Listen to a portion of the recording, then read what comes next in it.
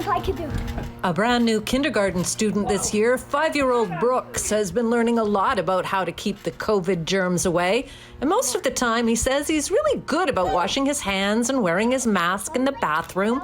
But sometimes it's hard to remember. You have to wash your hands every day when you go in, right? Yes, I just forget them always. Are you getting tired? What happened? So when his mom heard that the Ministry of Education was taking 10 of the 17 symptoms off the list of COVID symptoms to watch out for, she was confused. So it was a big shock. It was like, whoa, how is sore throat and runny nose not a symptom today, but it was a symptom yesterday? Things like a runny nose, sore throat, headache, and fatigue. The symptoms that were removed from the list are seemingly not frequently or even close to frequent causes of COVID-19 in kids. And so from a following the science perspective, it's not an unreasonable thing to do.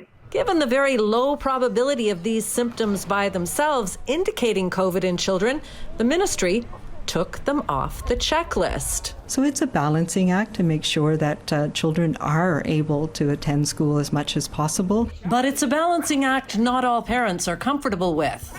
Dr. Bonnie Henry every day says, you have to stay home even if you're a little sick. So how come all of a sudden kids, even if a little sick, don't necessarily have to follow the same rules?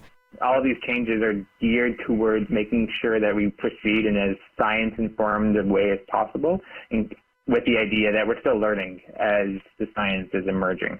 For Brooks' mom, that isn't good enough. At the very least, she says, she thinks the ministry could have waited until later in the school year before taking the symptoms off the list. It sometimes feels like a little bit of a science experiment on our littlest people. So, I don't know, it's a little bit scary.